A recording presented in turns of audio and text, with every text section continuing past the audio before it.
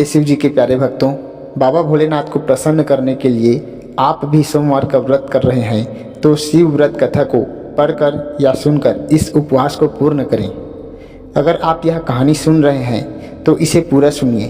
इस कथा को आधा अधूरा सुनकर जाने की गलती न करें, क्योंकि इस कथा को पूरा सुनने से मनचाहा फल की प्राप्ति होगी।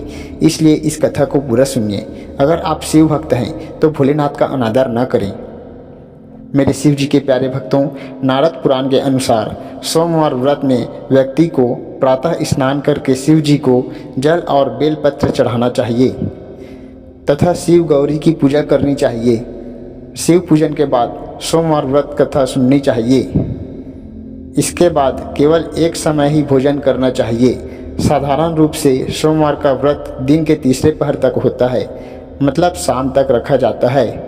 सोमवार व्रत 3 प्रकार का होता है: प्रति सोमवार व्रत, सौम्य प्रदोष व्रत और 16 सोमवार का व्रत। इन सभी व्रतों के लिए एक ही विधि होती है।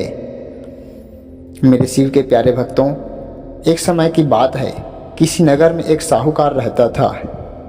उसके घर में धन की कोई कमी नहीं थी, लेकिन उसकी कोई संतान नहीं थी। इस कारण वह बहुत दुखी था। पुत्र प्राप्ति के लिए वह प्रत्येक सोमवार व्रत रखता था और पूरी श्रद्धा के साथ शिव मंदिर जाकर भगवान शिव और पार्वती जी की पूजा करता था। उसकी भक्ति देखकर एक दिन माँ पार्वती प्रसन्न हो गई और भगवान शिव से उस साहूकार की मनोकामना पूर्ण करने का आग्रह किया।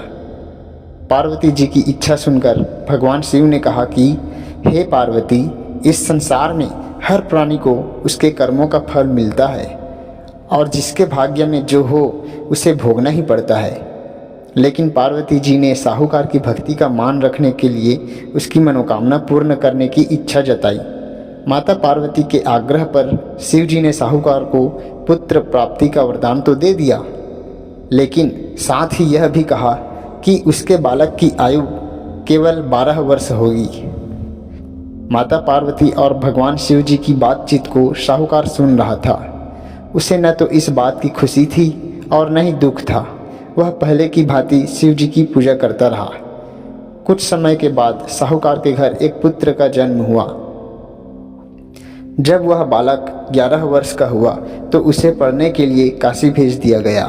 साहूकार ने पुत्र के मामा को बुलाकर उसे बहुत सारा धन दिया और कहा कि तुम इस बालक को काशी विद्या प्राप्ति के लिए ले जाओ और मार्ग में यज्ञ कराना। जहाँ भी यज्ञ कराओ वहाँ ब्राह्मणों को भोजन कराते और दक्षिणा देते हुए जाना। दोनों मामा भांजे इस तरह यज्ञ कराते और ब्राह्मणों को दान दक्षिणा देते चल पड़े। रास्ते में एक नगर पड़ा, जहाँ नगर के राजा की कन्या का विवाह था।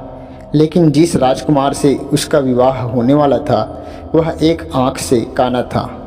राजकुमार के पिता ने अपने पुत्र के काना होने की बात को छुपाने के लिए एक चाल सोची।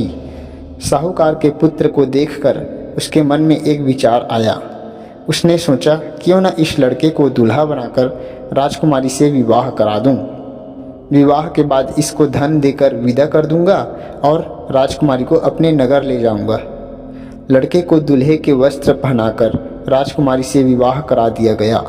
लेकिन साहूकार का पुत्र ईमानदार था। उसे यह बात न्याय संगत नहीं लगी। उसने अवसर पाकर राजकुमारी की चुन्नी के पल्ले पर लिखा कि तुम्हारा विवाह तो मेरे साथ हुआ है, लेकिन जिस राजकुमार के संग तुम्हें भेजा जाएगा वह एक आँख से काना है। मैं तो काशी पढ़ने जा रहा हूँ। जब राजकुमारी ने चुन्नी पर लिखी बातें पढ़ी तो उसने अपने माता पिता को यह बात बताई। राजा ने अपनी पुत्री को विदा नहीं किया, जिससे बारात वापस चली गई। दूसरी ओर साहूकार का लड़का और उसका मामा काशी पहुँचे और वहाँ जाकर उन्होंने यज्ञ किया। जिस दिन लड़के की आयु 12 साल की हुई उसी दिन यज्ञ रखा गया। लड़के ने अपने मामा से कहा कि मेरी तबीयत कुछ ठीक नहीं है। मामा ने कहा कि तुम अंदर जाकर सो जाओ। शिव जी के वरदान अनुसार कुछ ही देर में उस बालक के प्राण निकल गए। मृत भांजे को देख उसके मामा ने विलाप शुरू किया। संयोगवश उसी समय शिव जी और माता पार्वती उधर से जा रहे थे। पार्वती ने भगवान से कहा, स्वामी, मुझे इसके रोने का स्वर सहन नहीं हो रहा। आप इस व्यक्ति के कष्ट को अवश्य दूर करें। जब शिव जी मृत बालक के समीप गए तो वह बोले कि यह उसी साहूकार के पुत्र हैं जिसे मैंने 12 वर्ष की आयु का वरदान दिया। अब इसकी आयु पूरी हो चुकी है। लेकिन मातृभाव से विभोर माता पार्वती ने कहा कि हे महादेव, आप इस बालक को और आयु देने की कृपा करें, अन्यथा इसके वियोग में इसके माता पिता भी तड़प तड़प कर मर जाएंगे। माता पार्वती के आग्रह पर भगवान शिव ने उस लड़के को जीवित होने का वरदान दिया। शिव जी की कृपा से वह लड़का जीवित हो गया। शिक्षा समाप्त करके लड़का मामा के साथ अपने नगर की ओर चल दिया। दोनों चलते हुए उसी नगर में पहुँचे जहाँ उसका विवाह हुआ था। उस नगर में भी उन्होंने यज्ञ का आयोजन किया।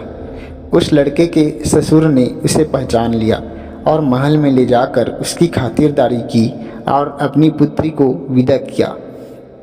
इधर साहूकार और उसकी पत्नी भूखे प्यासे रहकर बेटे की प्रतीक्षा कर रहे थे। उन्होंने प्रण कर रखा था कि यदि उन्हें अपने बेटे की मृत्यु का समाचार मिला तो वह भी प्राण त्याग देंगे, परंतु अपने बेटे के जीवित होने का समाचार पाकर वह बेहद प्रसन्न हुए। उसी रात भगवान शिव ने व्यापारी के स्वप्न में आकर कहा, हे श्रेष्ठी, मैंने तेरे सोमवार के व्रत करने और व्रत कथा सुनने से प्रसन्न होकर तेरे पुत्र को लंबी आयु प्रदान की है।